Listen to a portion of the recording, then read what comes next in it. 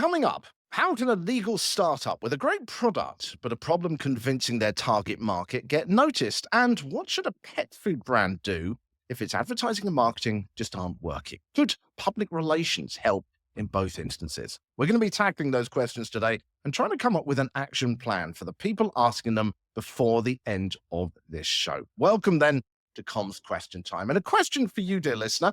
What has PR got to do with SEO, search engine optimization? Well, SEO, as I'm sure you know, is about making websites appear more prominently online. That's important if you want people to notice you or learn about you the first time. But that source of customers or supporters could be under threat. According to Search Engine Land, which is a respected SEO news site, AI search is going to take over. And the problem is this: AI isn't going to list 200 results with your site in it. If it mentions any source at all, it might mention just the top 5 big names. So what's the solution? Well, for an SEO industry which is heavily technically focused, the answers, according to the authors, was public relations. And this is why. Because AI will only mention people if it thinks you're so credible and so relevant that it has to mention them. And how do you get it to think that way? Firstly, by being credible, and secondly, by getting other people to talk about your credibility, i.e. PR. It's a good story and getting it out there. This is just one example of how so many areas are turning to PR in this new era of marketing. So if you want to stand out in the future, you are in the right place today, because Comms Question Time is a place where businesses and organizations get to ask a panel of PR practitioners how to cut through today's societal noise and AI challenges to reach people on a deep emotional level. So let me start introducing them to you. Let me first start off with Helen Barnett. Hello, good morning to you, Helen. You're in the UK, aren't you? I am, yes. I'm in cloudy Essex. Cloudy Essex. Tell us about yourself. So I'm a content strategist, journalist, writer. I started my career in local news and worked my way up to become associate editor of the Daily Express online, which is one of the nationals here in the UK. I left that role in the end of 2022 to start off my own business. And basically, I help businesses work out what to say, where, and how to best connect with their ideal customers. So taking all my knowledge from being a journalist, sniffing out those angles, analysing what values readers have, and aligning that content and the business so that it basically shines Show them through. how to get into the press with the right Yes, story. I'm used to getting many Jon, emails. let's get over to you. You are in a lovely sunny day. Where I'm are in you? Königstein on the Elbe near the Czech-German border. I just rode 200-something kilometers here over the past 2 days, and I'm on my way to Dresden for the European Handmade Bicycle Show. It's its second year happening here in Dresden, but historically has always happened in England. That's where it's from. And it's 13 years old in England, and it always used to happen in Bristol.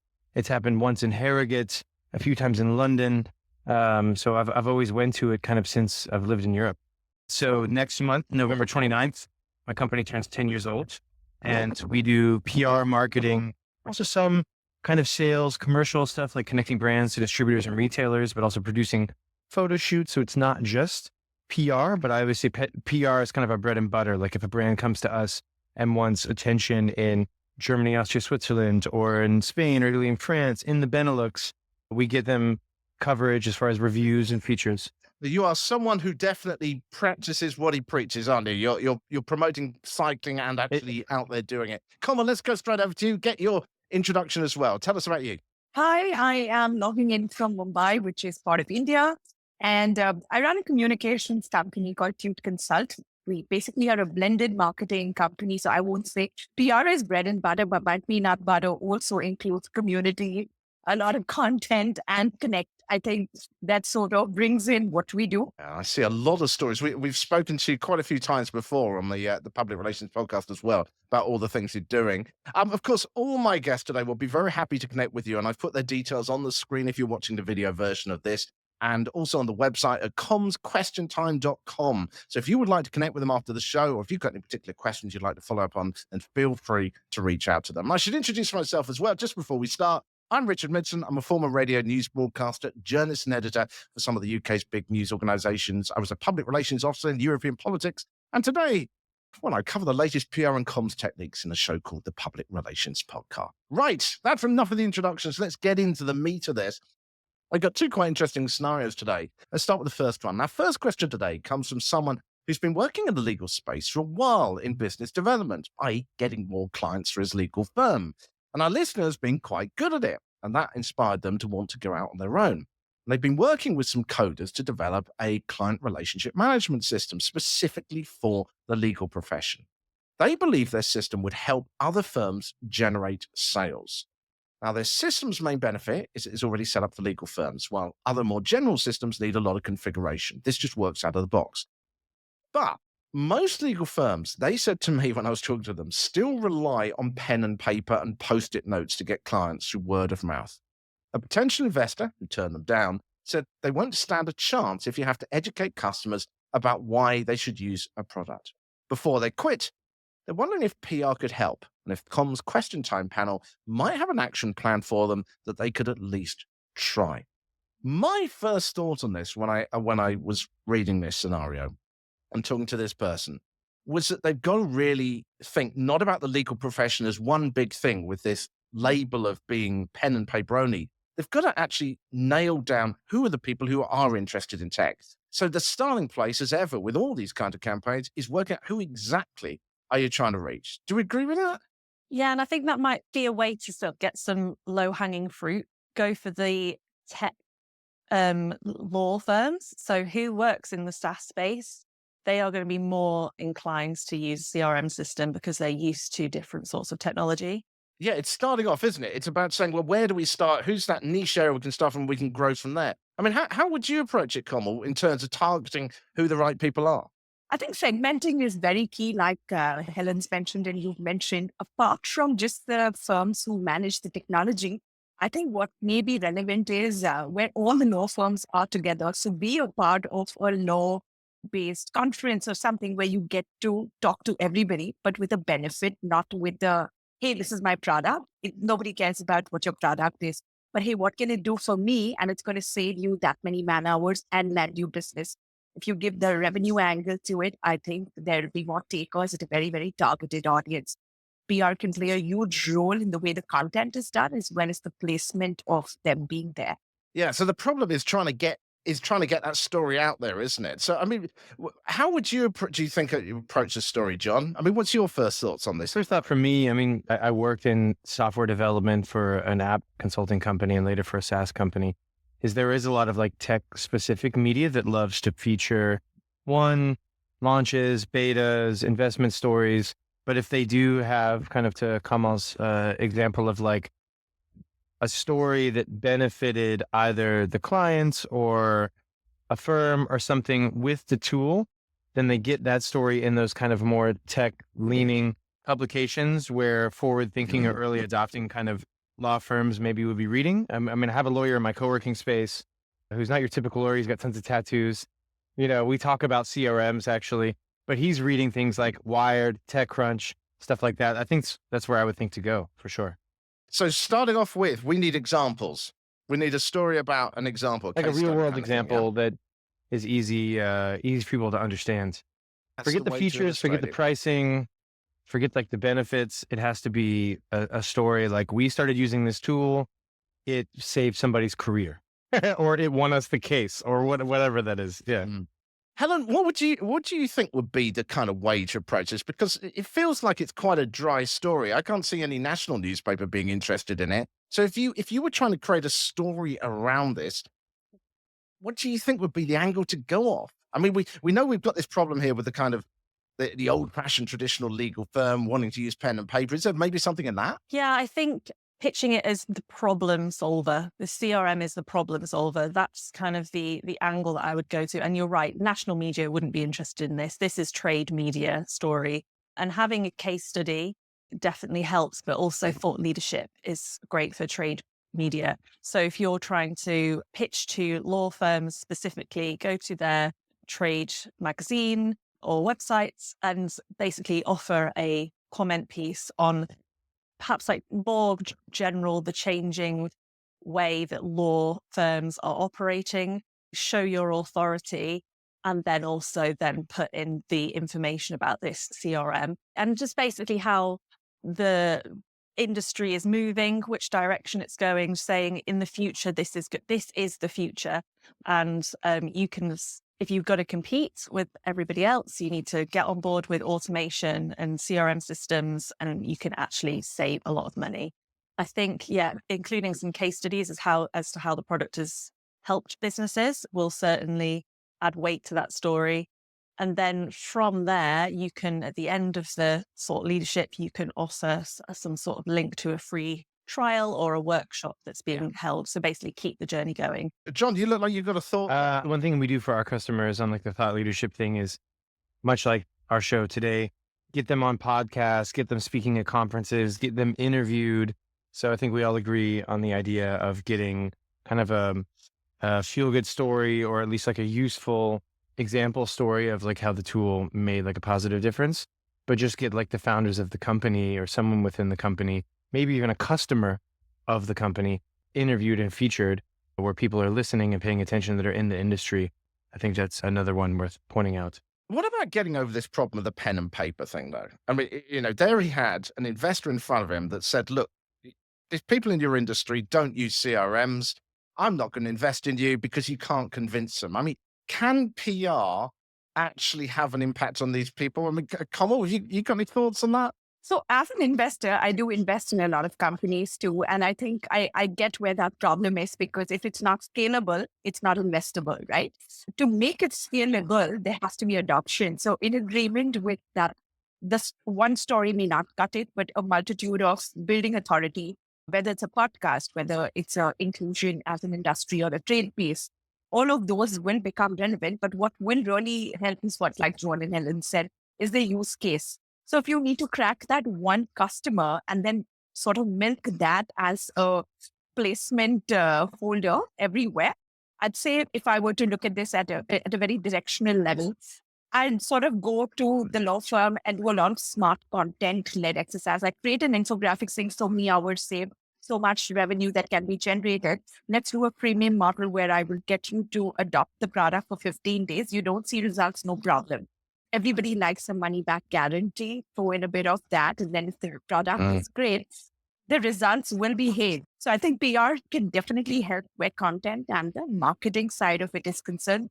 The investor community will look at scale, and that scale can be adopted with a FOMO effect. You need to crack one and the rest will follow if the right one is spoken about. So if they come to you, Komal, tomorrow and say to you, look, everyone else is doing this, you're going to miss out, then you might be interested, right? I will, even without checking the product, bet on the founder, because always when investing, it is on who you are investing and the scalability. If both tick, the chances of getting in on are much higher and faster. Now let's talk about this narrative then. So what I'm getting here is that we need to start off with a case study, or they need to get a case study first of all. Someone who is, I mean, is this someone, do you think we want someone who has been using the pen and paper and the Post-it notes, who's been converted? Is that the kind of person we're looking for? If you're going for trade media, so law firms, yes, I would say someone who has gone from the pen and paper and had their processes revolutionized. I don't necessarily think that's as important for if you're going for the tech media. I think then you don't need someone who's gone straight from having everything on a Post-it note. You can still have someone who's quite tech savvy. That's a really interesting point, because I'm thinking if you're ultimately, you're trying to convince lawyers, aren't you? You're trying to convince legal professionals. So if they're reading the tech media, you've not only got to hook the story for the tech media to be interested, but you've also got to carry your message to those lawyers, haven't you? Yeah. So I guess you've got sort of two different angles there, because the tech media are going to be wanting something that's, really innovative. And it's kind of by chance if a lawyer is reading it, but they are going to be, if they're interested in tech media already, then they're going to be, like Jon said, early adopters. And so perhaps want to know a bit more in-depth information on why this is different. I think that maybe is also one thing that we have missed here, is what makes this CRM different to the others that are already around there. And what I'm guessing, I'm assuming here, is that because it's for law firms, it's got an added layer of security. If I was a law firm, I need to make sure that everything is going to be watertight and there's not going to be breaches. So perhaps that's an angle to go into. This is heightened security. Then therefore you're setting yourself apart from all the others that are already on the market. So we're saying one case study, someone that's been using pen and paper who's going to have success with it as that case study. We're going to follow them along, and then we're going to release like infographics. And then we've talked about various other different models like pitching to the tech press, and also things like just even offering premium models to get people on board. But that core story about someone that's moving from pen and paper to getting success with this, right? I would even come in from the other side. The thought that I had that we would do with customers of ours, like let's say if it's a tire brand, let's team up with a wheel brand, or if it's an accessory company that makes like tools, let's team up with the kind of accessories that you maybe would need to mount with a certain kind of tool. Like there's a wrench called a torque wrench that you can't tighten too hard that would like break carbon or something like that, and you can turn like potential liabilities on a positive thing. Like you can mount this carbon thing if this wrench won't break it. So my idea with this app is, I think it's becoming more and more common to have these kind of digital tablets with like a stylus, and you can write the notes. Maybe there's integrations with existing systems and platforms the lawyers already use. And if they're used to doing pen and paper, or better yet, if they're used to using one of these tablets, those tablet companies have their own marketing and case studies feature this CRM in kind of a collaborative way. So that's something we're often looking for, is like, how can we feature like complementary products and they both benefit from the same content? Partnerships, isn't it? I remember having a guest on the public relations podcast who basically built all her PR through partnerships. Rising tide lifts all boats. Found the right people that could reach the market she wanted to reach. So just thinking very quickly from each of your own sort of particular expertise and your clients that you've worked with, I mean, is there a particular thing that you would personally go, I would just have to do it on this campaign? Komal? I would definitely get them speaking at a lawyer's conference, because I would have 50 companies getting to present in one go. So instead of a one-on-one and then discovery, for me, the must-have, not a good to have, a must-have would be that. Get them a placement or an authority speakership or a panel where, to attract a larger set who is sitting there and does not know that they can have a modified way of working. Helen, what would you do? What would be your must-do So thing? I am a big fan of thought leadership because it sets you apart from every other business. There's so much content out there now. You need to be an authority. So I'm always advising clients on how are you going to do thought leadership. I mean, it doesn't have to be a 2,000 word feature with lots of research. It can just be LinkedIn posts that are commenting on the state of the industry, or a video to put on your Instagram if you have Instagram, something that basically shows that you know your stuff. So I'm always for thought leadership. And Jon? I agree with both. What's your must-do I agree thing? with both of the examples they shared as far as thought leadership, but I'm also going to throw all my chips in on the partnerships. So like the existing tools and software that lawyers use, maybe something like the tablets, just kind of doubling down and getting this new tool featured with like real world examples, also in the content marketing strategies of like complementary and partner programs. So first thing for them to do today of all these though, is go get a case study, get a clear case study as someone that's gone from pen and paper to success. Yes. Awesome. Excellent. We're halfway through. A quick reminder, if you'd like to put your scenario and question to the panel on Comms Question Time, then there are two ways to do it. Either go to commsquestiontime.com and fill out the form on the homepage, or reach out to me on LinkedIn. You can always do that under my name, Richard Midson, Midson. And if you want to reach out directly to any of the panelists today, as I said before, I've put all their details on the screen if you're watching the video version of this, or on the website at commsquestiontime.com, where you can connect with them directly on there and ask any questions that you have. Right, let's move on to scenario number 2 then.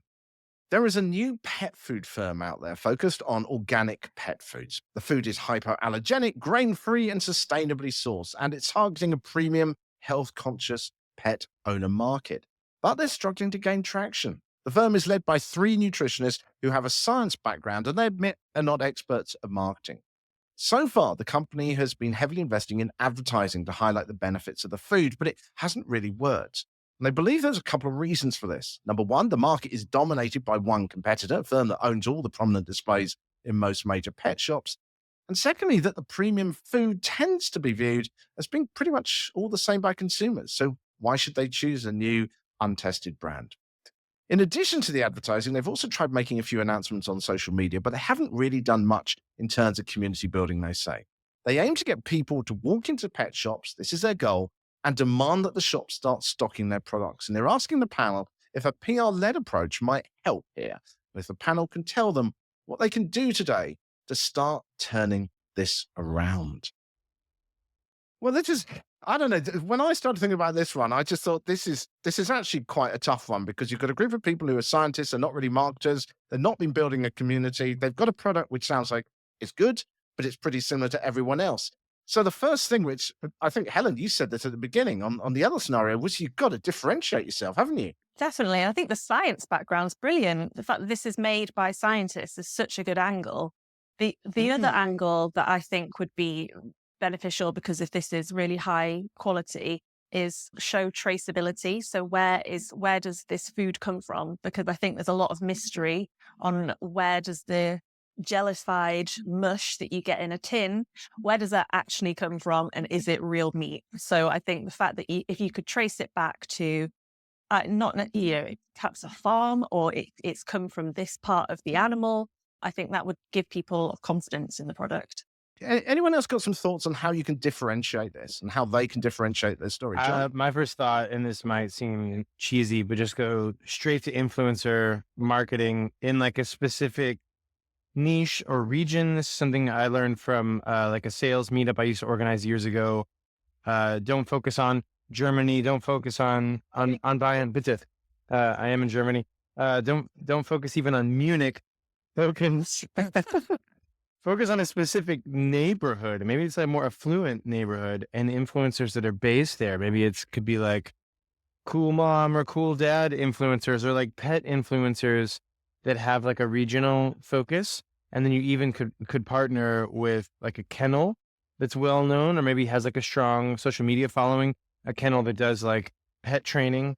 And they're like, when we're training these dogs, they need to be well nourished, and we give them this food. And, maybe there's a collabo post between whatever family pet focused influencer plus the kennel, something like that. And that I think starts to build trust with consumers, where they're already getting pet advice from these people. I mean, I'm sure there's plenty of like pet blogs, and there's a whole SEO thing where you're Googling like, how do I know if this food is healthy for my cat? One last little story, where I was staying with my friend Andre that I'm riding with today. They have a new kitten, and his wife was feeding the kitten, and the kitten like threw up. And her first thought was to give the kitten like another food or more food. And Andre's like, why are you giving that more food? It just threw up. Obviously, that food made the kitten's stomach upset. But this is something that people would Google. So maybe there's like some good strategies there that could use about, examples that people are searching. But my first thought is influencer marketing, or partnering with well-known or.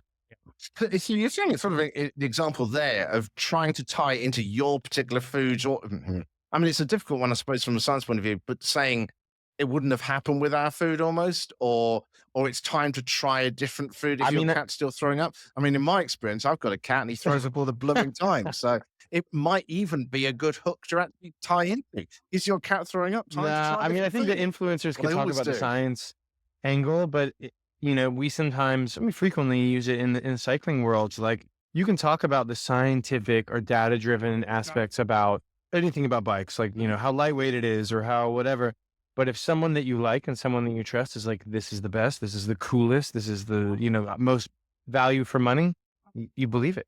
I mean, Komal, you've worked with plenty of influencers in your time. You any thoughts on that one?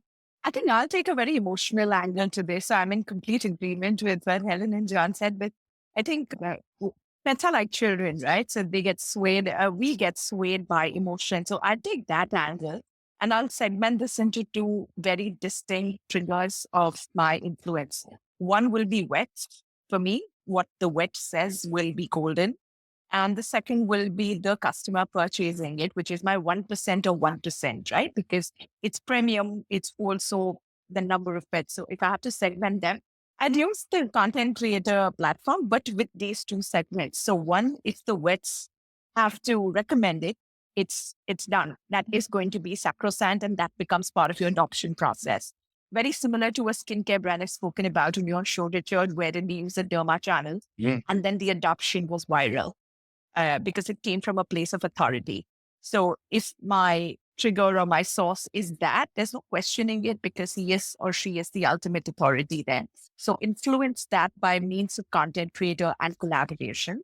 That definitely would be one part of it. And the second is the actual pet, the one who's making the purchase and where does he or she get that information is definitely Googling what's good for my pet, what's going to be healthy for my pet. So bringing in a lot of the press attention by them, and again, doing a lot of introduction of the brand to journalists or creators who have pets with a personalized note will change the entire perception. The third leg to this will be the distributors themselves wanting to queue up because, hey, everyone's talking about it. Why don't I stock them? They seem to be doing it. So it sort of should run in the next 6 months. In that way, I think it should be good. Is that how, Helen, is that how you would like to sort of get a pitch as well? Would that be the approach, you think? Aim for a journalist that has a pet and do it that way? What do you think? I think that there are so many people who could profess to be an expert in pet, but having the scientists, because they've got a scientist background,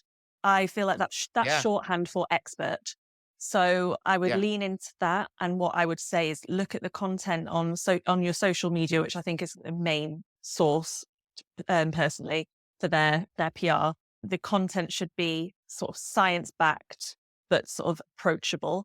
The other companies are not doing that kind of content with that sort of intelligence. And especially because it's premium, the people who are buying premium are generally quite high educated or want the best for their pets. They will be going to the vets regularly. So they want to see that people who have made this product have actually put thought behind it and there's evidence backed. So I think personally, I would go down more of we are the experts. We love our pets. They've got to still be quite, approachable and relatable and understand what pet owners, how they feel.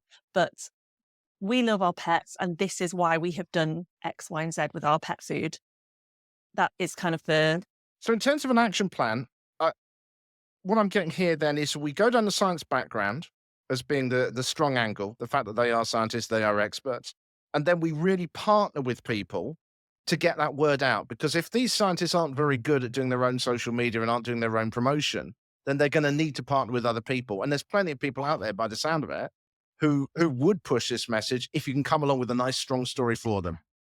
Yeah. How do we feel about that plan? There's got to be an origin story here from the scientists. So why have they decided to do it? I'm guessing it's not because they have just decided, oh, this will be a good moneymaker. There will be an emotional reason. And that's kind of how you connect the dots is, you've got the intelligent scientists who really thought about the product, but there is an emotional connection too. And that's how you will connect with the customers because everybody loves their pets like they're their children. Jon, one final thought in terms of what would be your must-have thing? One thing I think we're almost forgetting, and this is common in my line of work when you want to get like a review feature where they're like comparing different products. This has to exist specifically in like pet owner publication. That could be in like a pet owner's publication or something like that. And I think that's one thing that we're leaving out is some kind of like review feature that's comparing products, which could include the origin story. It can include like the scientific data, and hopefully like the value for money. And Komal, have you got any final thoughts? What would be your must-have thing going into this as well? I'd use the creator approach by the vet channel. I think to me that seems more effective to influence the right people. Everybody's drawing out news, and this particular category works on word of mouth. If somebody recommends it, everybody latches onto it. And then, of course, the efficacy is there because of the scientists, which comes across when they speak about it. So I think it's a combination of what Helen, Jon, and me are seeing. So many great ideas. This is one of the things I love about this format of this new show. Thank you so much to all of you. Although at the moment on the screen, we'll just have a picture of Jon showing up because we've lost his video feed. But I really appreciate all your ideas today. And I hope it's going to be really useful for those people asking the questions as well. If you would like to ask a question to Comms Question Time, then don't forget you can do that directly via the website at commsquestiontime.com. And of course, you can reach out to our panelists today. They'd be delighted to hear from you. If you want to ask them any follow-up questions or find out more information about what they do as well, you can get all the details for that on the website at commsquestiontime.com. Or if you're watching the video version, you can see the caption for them on the screen right now. Thank you very much to all of you today. Really appreciate it. And I hope to speak to you again very, very soon.